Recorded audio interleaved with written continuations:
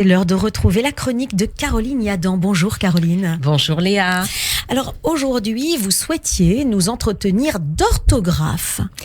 L'orthographe est de respect, c'est une sorte de politesse.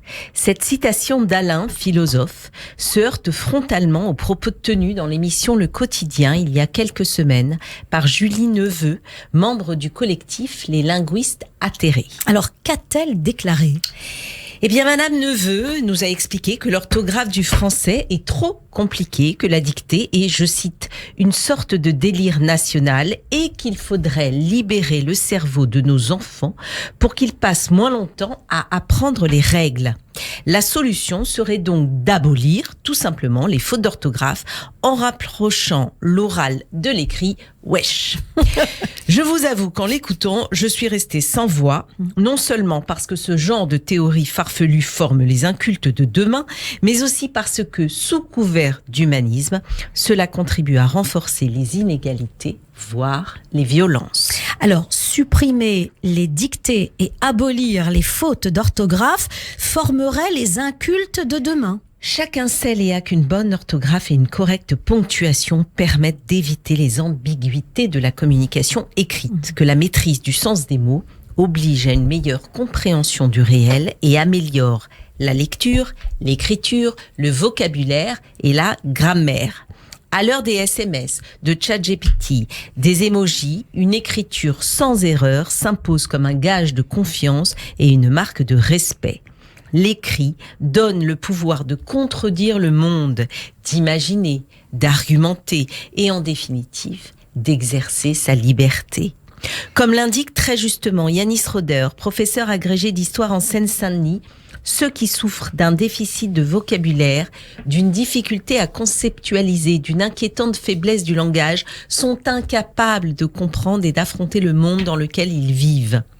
De très nombreuses études, comme celle décrite par les sociologues Sandrine Garcia et Anne-Clotilde Hollet, dans leur livre « Réapprendre à lire », relèvent, si besoin en était, l'efficacité de la dictée quotidienne, en particulier pour les élèves dont le niveau est faible, en permettant un développement cognitif et la construction de la mémoire. Et vous pensez que l'apprentissage de l'orthographe permet de lutter contre les inégalités ? Ce qui est certain, c'est que la confrontation aux difficultés et la possibilité de les surmonter permet de se forger une identité positive qui vient contrebalancer la stigmatisation attachée aux mauvais élèves. Comme pour un entraînement sportif, c'est en travaillant et en apprenant à se tromper que l'on apprend à progresser et à se valoriser. Au contraire, supprimer le goût de l'effort, baisser les exigences et les attentes pour s'adapter aux plus mauvais enracine les erreurs chez les élèves culturellement désavantagés et porte atteinte à l'estime de soi.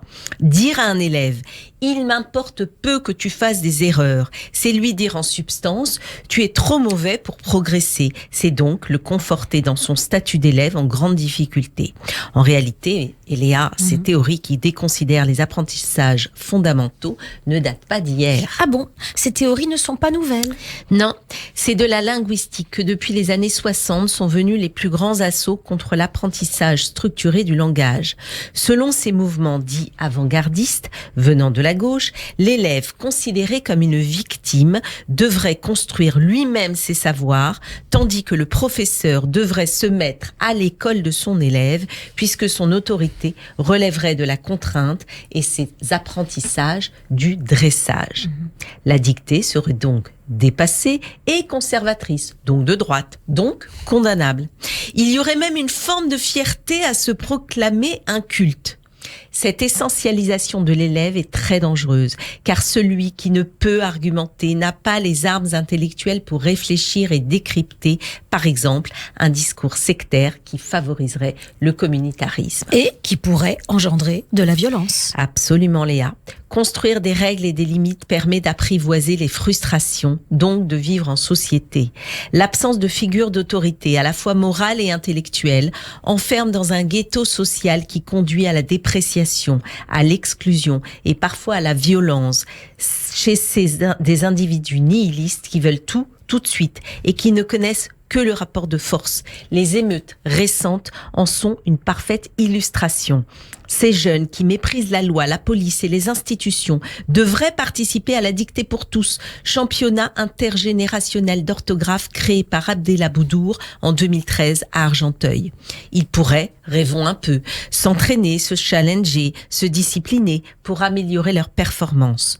Au lieu de cela, ils sont encouragés à suivre leur pulsion de violence, à détruire, à incendier, à flamber leur mépris du bien commun par des députés LFistes, traîtres, anti-républicains, hantés par l'espoir que la rue abatte le pouvoir qu'ils n'ont pas réussi à obtenir par les urnes. Léa, prenez un stylo et écrivez ce qui suit. République, je t'aime. Oh, que c'est joli. Merci Caroline Yadan et à bientôt sur Radio J. Merci.